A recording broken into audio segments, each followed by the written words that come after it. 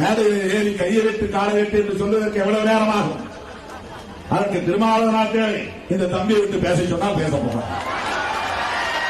அவனால் பேச முடியாதா? இதே அம்பேத்கர் சிலை மீது அவனாவது கையை வைத்தால் கையை வெட்டுவோம் என்று அவனால் பேச முடியாதா?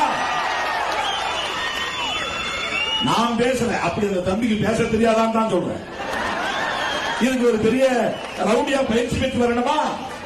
ஒருத்த மேல ஏறி கையை வெட்டு காலை வெட்டுன்னு சொல்லிட்டா அந்த நாட்டில் பெரிய தானா. அப்படி எங்களுக்கு பேச தெரியாது.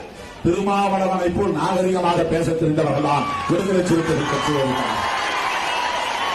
இந்த கட்சியில ஒருத்தருக்கு அப்படி பேச தெரியாது, பேச மாட்டான், எந்த மேடையிலும் பேச மாட்டான். இந்த கட்சியில் இருக்கிற முன்னணி தலைவர்கள் ஒரு 3 பேர் அனுப்புறோம். உங்க கட்சியில இருந்து ஒரு 2 பேர் அனுப்புங்க, 3 பேர் அனுப்புறோம். இவர்களோட கொள்கை பேசி உங்களால் வெற்றி பெற முடியுமா? தத்துவத்தை பேசி வெற்றி பெற முடியுமா? சும்மா வன்முறையை தூண்டி சொந்த சாதி மக்களையே வன்முறையில சிக்க வைத்து அதில் குளிர் காயக்கூடிய மனசாட்சி இல்லாத ஒரு தலைவர் உலகத்திலே வேற எங்கேயும் கிடையாது. திண்டிவனத்தில் சொந்த சாதி எவ்வளவு கொடுமை. அப்பாவி மக்களை போய் சிலைய ஓட, கொடி கம்பத்தை வெட்டி போடு, ஊரா போய் ராத்திரி நேரத்தில் சின்ன கூட்டத்தில் ஏண்டா சும்மா இருக்கிறீங்க?